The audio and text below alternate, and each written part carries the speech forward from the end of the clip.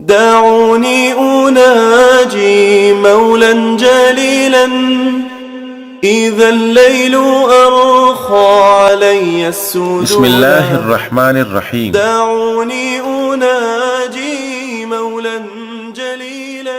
قاتل حسین رضی اللہ عنہ عبید اللہ بن زیاد کا حشر.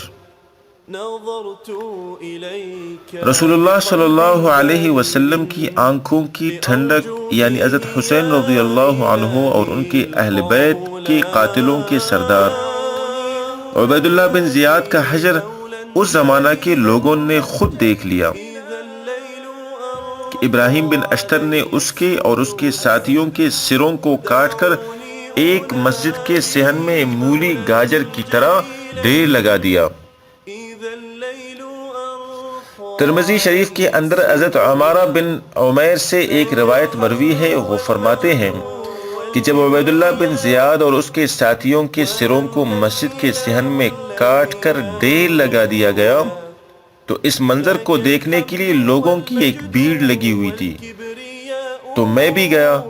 جس وقت میں پہنچا تو کیا دیکھتا ہوں کہ تھوڑی دیر کے بعد لوگوں میں شور ہوتا، اور شور اس بات کا ہو رہا تھا کہ ان سروں میں ایک سانپ گشت کر رہا تھا، اور گشت کرتا ہوا عبید اللہ بن زیاد کی ناک میں گھس جاتا تھا.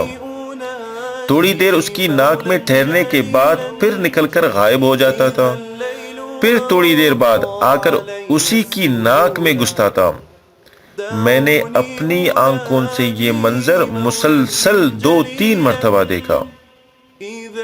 بے شک دوستو، جس نے اللہ تعالیٰ کے ولی کے ساتھ عداوت و دشمنی کی اس کا یہ حشر دنیا میں بھی لوگوں نے دیکھا. اب آخرت میں کیا ہوگا وہ اللہ کو زیادہ معلوم ہے. اللہ کی پناہ.